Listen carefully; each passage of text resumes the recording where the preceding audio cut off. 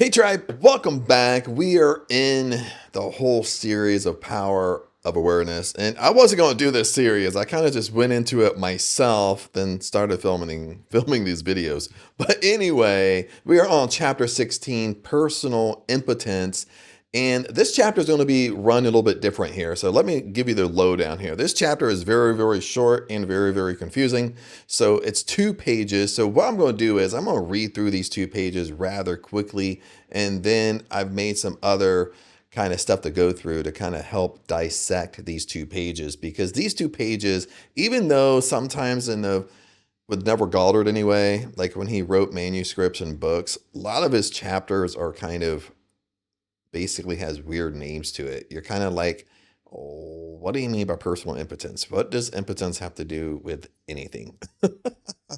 So of course, Neville Goddard puts a spin on it. Of course, he goes rather deep, but that's how we're going to low down this video. So other than that, let's jump into this so we can kind of get rocking on this. But this does, even though I'm kind of being funny, this does have a very, very good point, and that's why I'm kind of doing this video.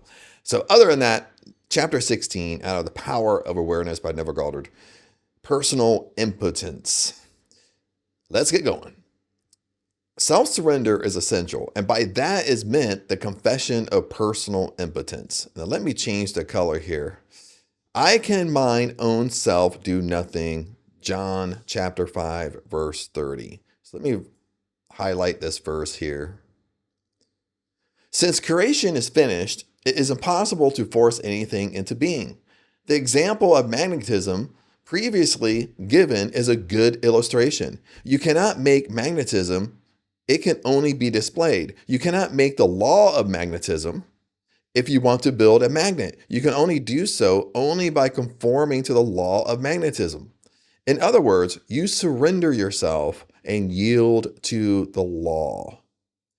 So other words, what he's doing, I'm not going to explain this too much because I will later on in this video, but when Neville Goddard says surrender yourself and yield to the law, for one, surrender yourself means you just let go. You let go of trying to figure it out. You let go of trying to figure out the how. You just completely let go and let God.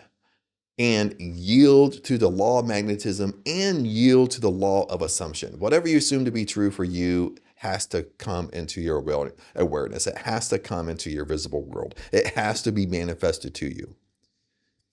In a like manner, when you use the faculty of assumption, you are conforming to a law, just as real as a law governing magnetism. You can neither create nor change the law of assumption. It is in this respect that you are impotent. You can only yield or conform. And since all of your experiences are the result of your assumptions, consciously or unconsciously, the value of consciously using the power of assumption surely must be obvious.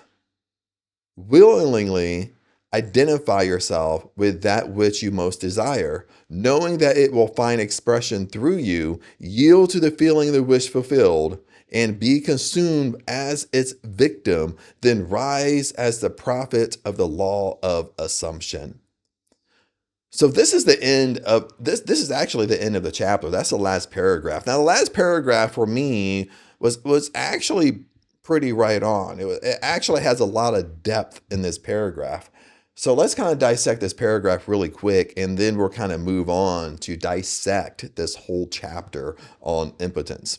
Listen to what Neville Goddard said. He says, willingly identify yourself with that which you most desire.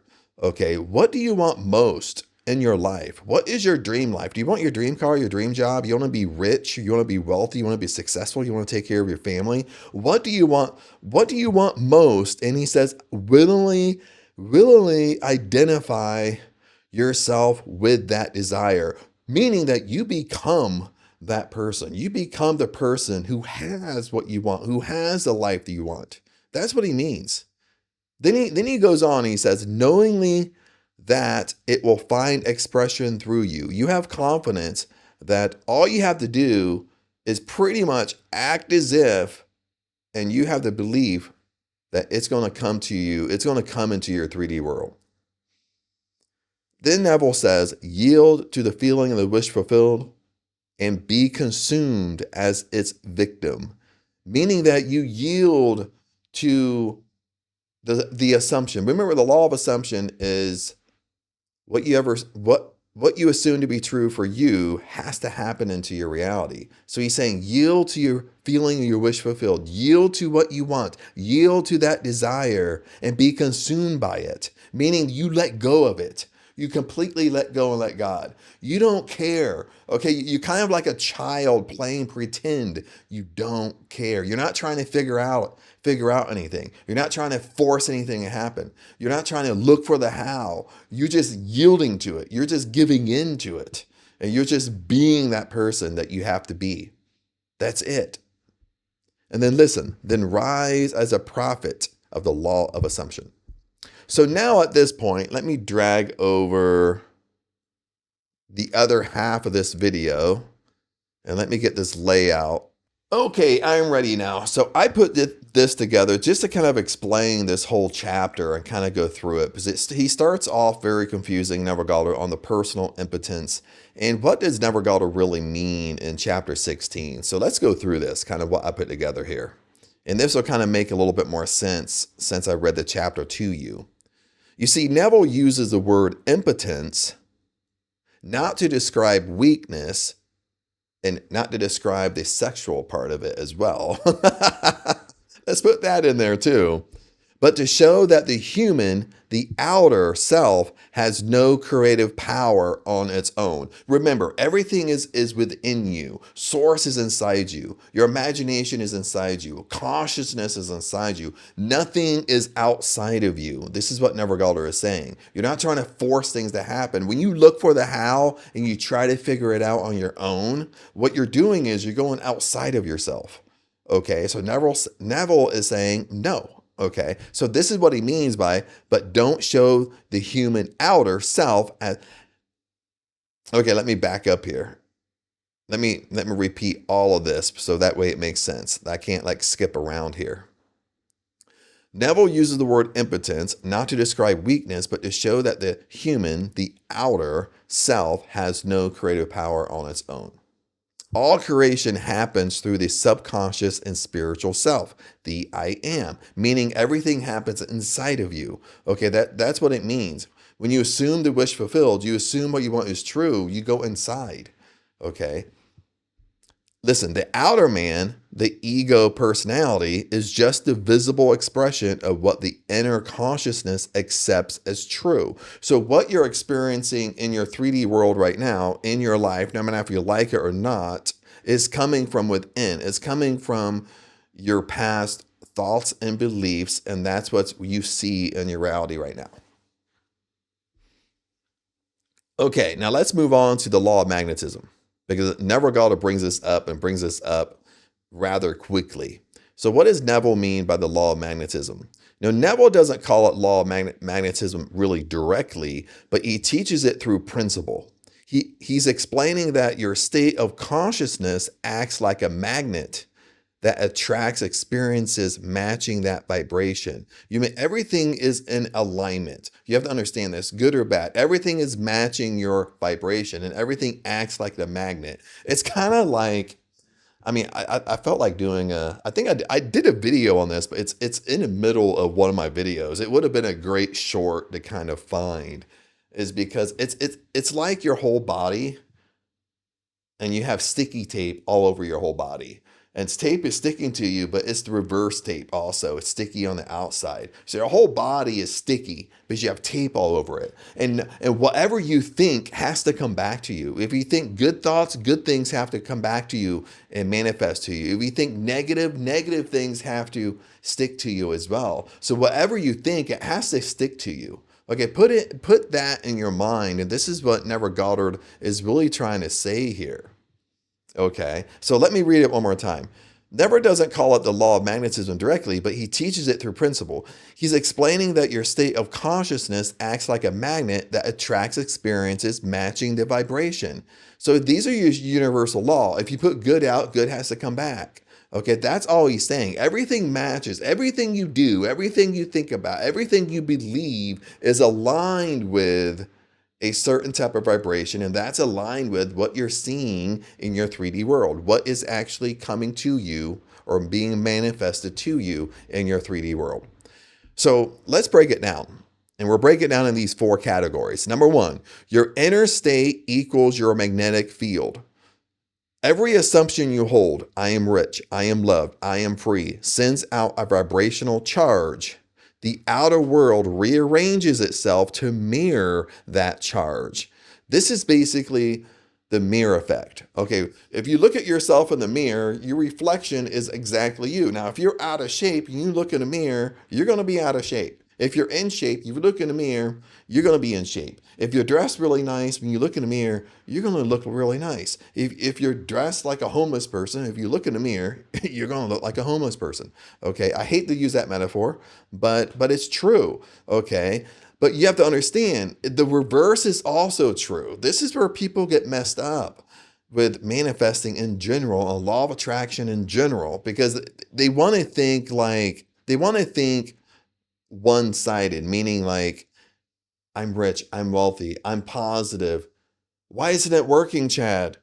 It's because your mind goes in the gutter most of the day, and that's the self-reflection of you. Okay, it's a double-edged sword. So when we say every assumption you hold, I am rich, I am loved, I am wealthy, I'm a multimillionaire, I have my dream house, I am free. Okay. That has to mirror in your 3D world, but the reverse is true also. The opposite is true also. If you constantly say, I am poor, I'm in scarcity, I can't afford that, okay, life sucks. Well, that's a mirror effect also, and that's what's going to be shown into your visible world. You have to understand both exist, okay? Now, number 2, you don't force. Okay, remember, force negates. Okay, now also remember, you don't force it, you attract it. So on the deeper level of Neville Goddard, tricky to say that 10 times really fast, is we look at force one way. Okay, it's kind of like the example, I'm trying to force my SP to like me. I'm trying to force somebody to like me or get their attention. I'm trying to force myself in a certain type of friends group.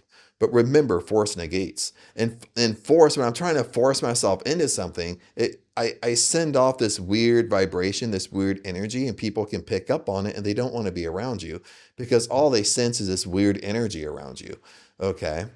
It's not that they really don't want to be around you, is you're kind of giving off this weird energy that they just don't like. And they kind of repel and keep away from you because you're trying to force something to happen rather than just letting go, letting it be.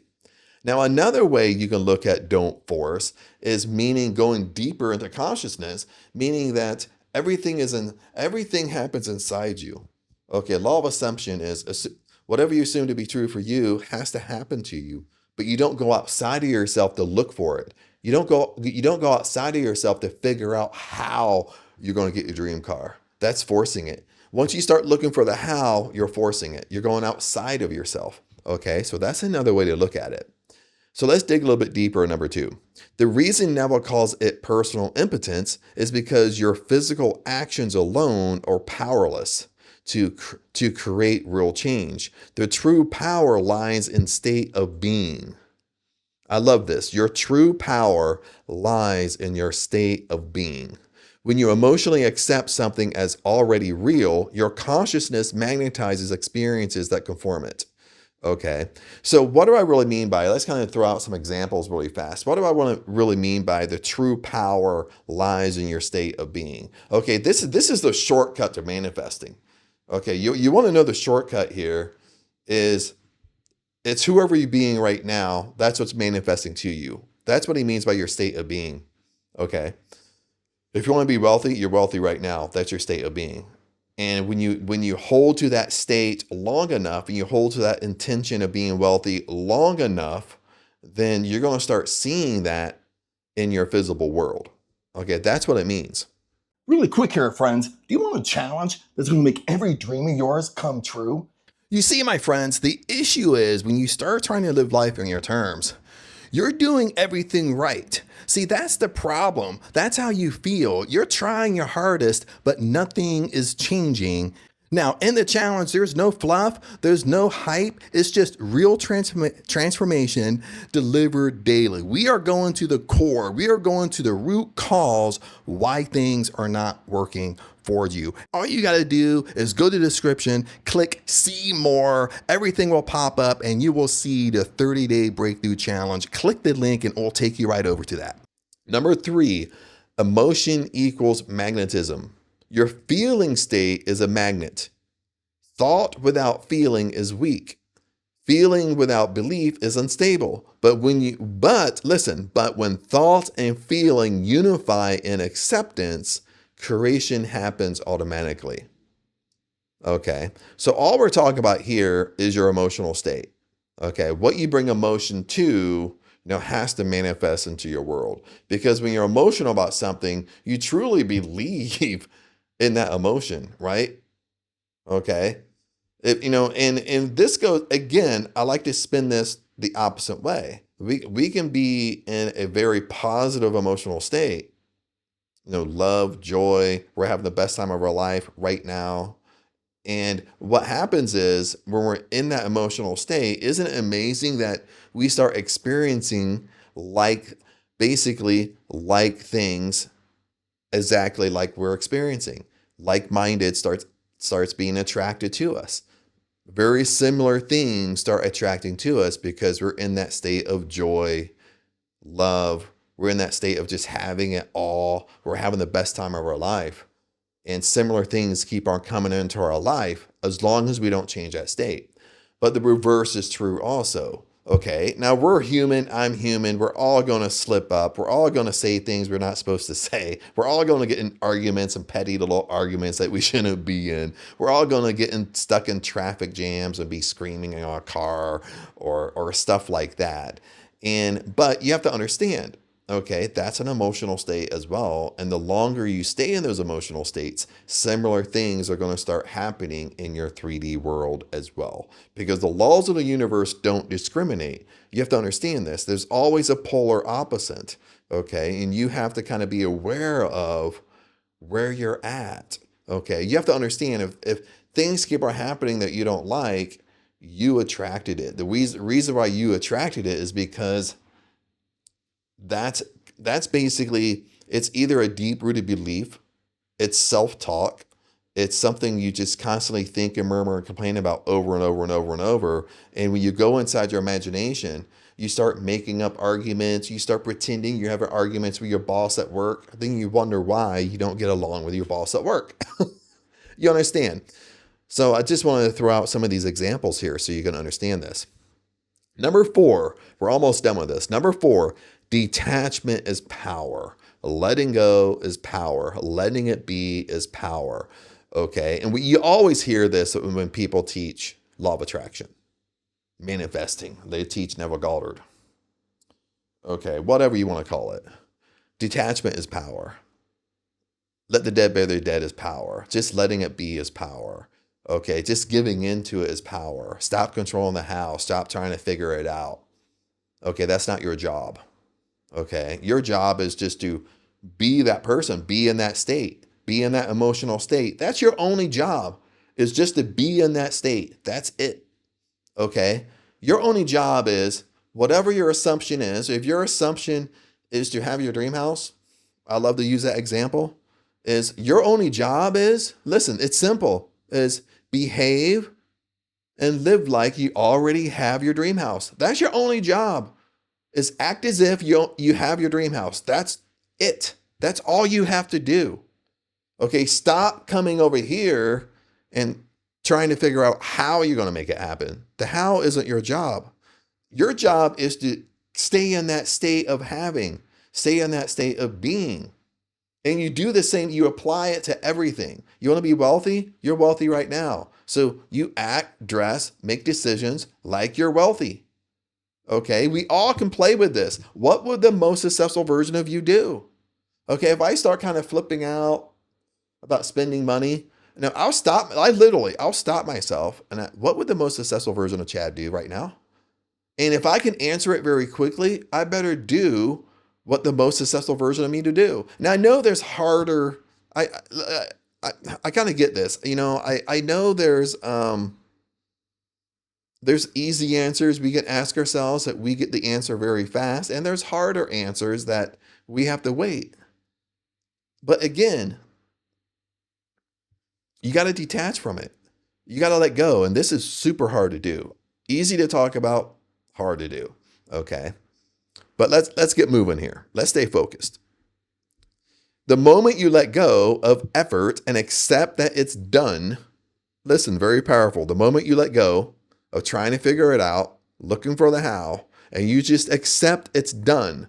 Okay, once you say it, I am a multimillionaire. I am the $15 million man. I have $15 million in my bank account right now.